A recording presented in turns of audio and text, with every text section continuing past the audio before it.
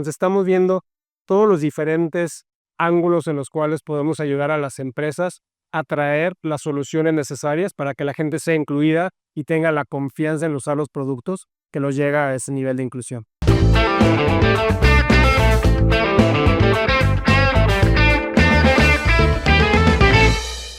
Nos acompaña Diego Steinhendler, quien es Senior Vice President de Fintech, Digital Partners and Commerce. Bienvenido de Mastercard, por supuesto. Muchas gracias. Gracias por tenerme aquí. Para nosotros. Cuéntanos, en el panorama general y actual, que se ha vuelto cada vez más competitivo del sector fintech, por supuesto, ¿cómo pueden los nuevos actores y jugadores destacarse del resto y ofrecer una oferta para los usuarios y clientes de valor diferenciado a su competencia? Hoy justo hablábamos de eso en el evento de FinoSummit con Venture Capitalist, con el CEO de Neri, el CEO de Plata, que era un poco el entorno ha cambiado, ¿no? Hace algunos años las empresas se enfocaban en cuántas cuentas tengo, salgo al mercado, adquiero un montón de cuentas y después veo si estoy rentable o no.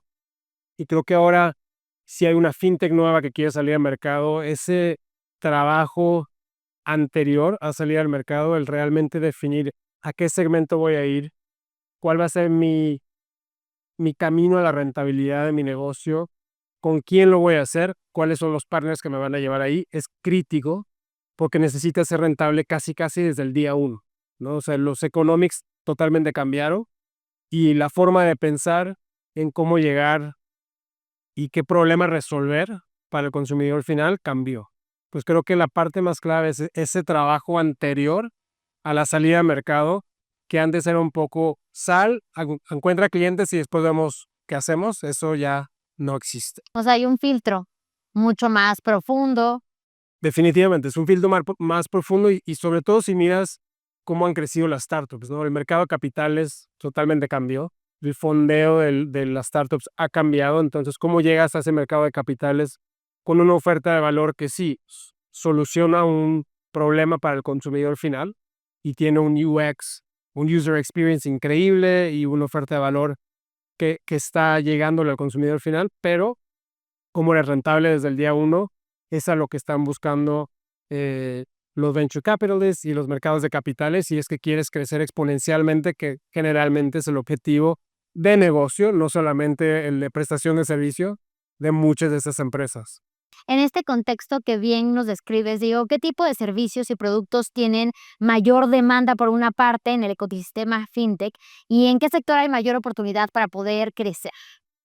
Mira, si te pones a ver el entorno en Latinoamérica, depende qué número veas, puedes ver que alrededor del 50% de la gente tiene una cuenta o es bancarizado, en una definición de bancarizado un poco relajada. En Colombia, que estábamos hablando hace un poco, es casi el 70% según la superintendencia.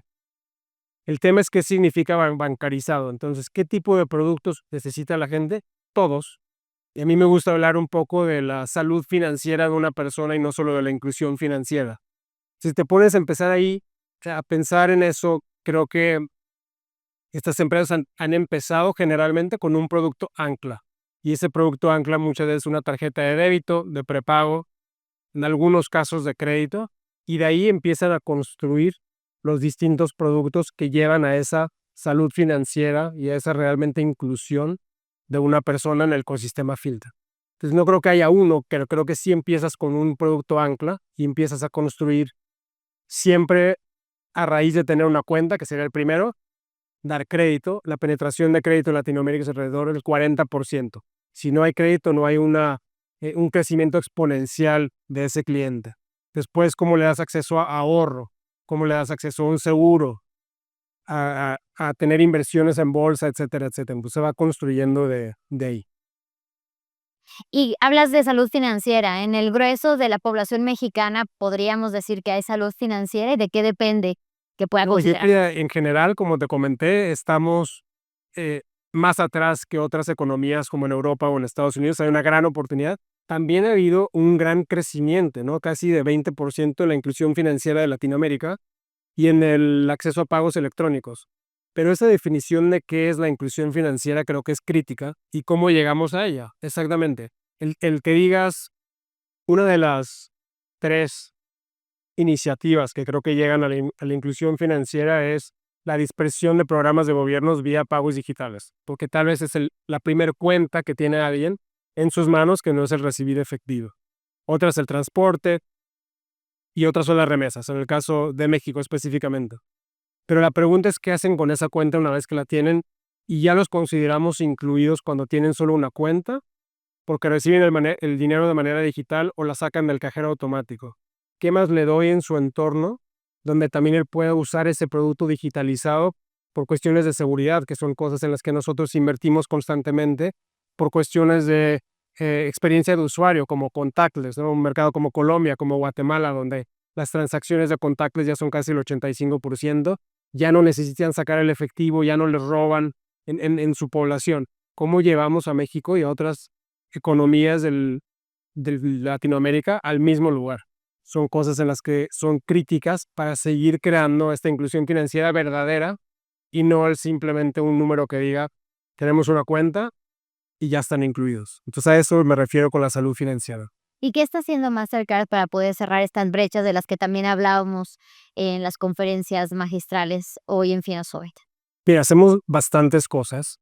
En el lado de inclusión financiera tenemos varios programas donde hemos puesto también parte del capital de Mastercard. Por ejemplo, en Centroamérica hay una alianza para Centroamérica donde pusimos $100 millones que se están usando para llevar a la inclusión financiera, para invertir en los lugares donde se necesita, ya sea los productos necesarios de uso o de acceso a crédito o también de aceptación, porque también el lado de aceptación y de darle acceso a productos financieros a un microcomercio en Latinoamérica es crítico para llegar a la inclusión financiera sostenible. Hablé también de la parte de transporte. Tengo una gran parte de la digitalización del transporte, es el llevar el transporte a pagos electrónicos y a contactless. Por ejemplo, en México ya hoy en día se digitalizó el metro, se digitalizó el metrobús y puedes pagar con contactless y ves claramente en el comportamiento de la gente cómo empiezan a usar ese producto más y dejan detrás el uso de efectivo. Se ve claramente en el comportamiento. Las remesas es otro del cual hablábamos, donde nosotros adquirimos varias empresas y hoy en día podemos dar acceso a que empresas construyan encima nuestro y mandar dinero a más de 180 países en 150 monedas y puede llegar a un wallet, puede llegar a una cuenta, puede llegar a una tarjeta. Ya no es simplemente la tarjeta en lo que invertimos, sino que es esa infraestructura alrededor de las necesidades del cliente final de inclusión financiera y no solo la parte del pago y del manejo y movimiento de dinero, sino también una parte muy importante de la inversión que hacemos para llevarlos ahí es en seguridad y en confianza. ¿Por qué voy a usar un producto? Bueno, la parte de confianza en ese consumidor que tal vez no era incluido es crítico para nosotros y por eso también invertimos en tecnología, ya sea de contactless y qué tan seguro es pagar con una tarjeta, pero también de cybersecurity, donde recientemente la semana pasada creo anunciamos una nueva adquisición de una empresa por casi $3 billones que te ayuda a mejorar la salud de ciberseguridad de las empresas que están trayendo esa data y a esta gente a la inclusión financiera. Entonces estamos viendo todos los diferentes ángulos en los cuales podemos ayudar a las empresas a traer las soluciones necesarias para que la gente sea incluida y tenga la confianza en usar los productos que los llega a ese nivel de inclusión. Y hablas precisamente de seguridad, en un entorno donde la suplantación de identidad, pero también los fraudes están a la orden del día. ¿Qué herramientas les ofrecen ustedes desde Mastercard a los usuarios para que nos sintamos protegidos? Muy buena pregunta. Y me tocó trabajar mucho en esa área antes de venir al área de Latinoamérica, manejaba el área de fraude, identidad, cybersecurity, y en cada una de ellas hemos hecho adquisiciones importantes para mitigar esos riesgos que tienen nuestros socios comerciales en el entorno.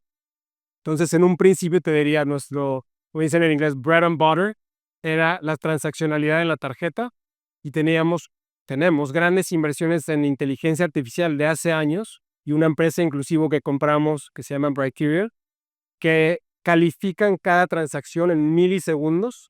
Cuando tú pasas la tarjeta en milisegundos, esa transacción se hace todo un assessment con inteligencia artificial de si es riesgosa o no esa transacción. Hoy en día acabamos de hacer un upgrade de esa tecnología y en algunos casos hemos agarrado hasta 300% más fraude de lo que teníamos antes y se sigue implementando. Tenemos las relaciones con la organización de INVICO, que es donde se sientan todas las otras redes para crear soluciones como la tokenización de las tarjetas, como el chip de las tarjetas, y esos son los obvios. Que un poco lo que la gente no sabe o no piensa de Mastercard, hemos hecho inversiones en cuestiones de identidad cuando alguien compra en un comercio electrónico, independientemente de la tarjeta, aunque sea de otros competidores, podemos hacer un assessment de si la persona que está comprando es la persona real o no, o si es un bot o no, o si son tipos de información que hemos visto en conjunto en diferentes entidades en e-commerce o no. ¿Es el email de Elena o es el email de otra persona con la dirección de Elena con el teléfono de otra persona? ¿Y qué tan riesgoso es eso? Y por último, también, como te comenté, estamos haciendo muchas inversiones. Ya la tercera adquisición en ciberseguridad que hacemos, esta probablemente la más importante, que es Recorded Future, en la parte de Threat Intelligence, en la parte de firewalls, y hemos hecho un par de cosas más. Entonces, realmente nos tratamos de sentar en todos los entornos donde podemos agregar valor en los socios comerciales para que sean seguros, para que creen esta confianza de la que hablábamos en el consumidor final. ¿Qué consejo les das tú desde tu posición como experto en el tema, pero también desde Mastercard a las personas que quieren desarrollarse y quieren crecer dentro del ecosistema fintech en Latinoamérica? Es una buena pregunta. Hablábamos al principio mucho de ese trabajo previo de hacia dónde quieres ir. Hoy en la plática que tuvimos en el stage hablábamos de la rentabilidad y mucho de la optimización de los portafolios. Creo que estamos en un momento donde si alguien ya está en el ecosistema fintech, tiene que sentarse a pensar qué sigue, a dónde llevo este portafolio que creció de una manera X con condiciones de mercado que existían hace 2 años y cuál es el siguiente paso para mi empresa, para el bienestar de mi empresa y para mi consumidor. No sé si te acuerdas, pero hablé de esa obsesión con el consumidor final, que es a lo que David Vélez habla mucho de Newbank, de esa obsesión de que necesita ese consumidor final, creo que es crítica, aunado a este pensamiento de optimización y de rentabilidad para que esa fintech siga creciendo. En todos los mercados latinos te diría que estamos en la misma etapa. Y finalmente, ¿consideras que es necesario en este momento donde está la inteligencia artificial, también las alertas de seguridad, etcétera, disparadas, y hay una duda en qué tanto nos sirve y qué tanto nos puede afectar, que es necesario volver a las bases justamente de humanos para humanos? Yo creo que todo en medida está bien.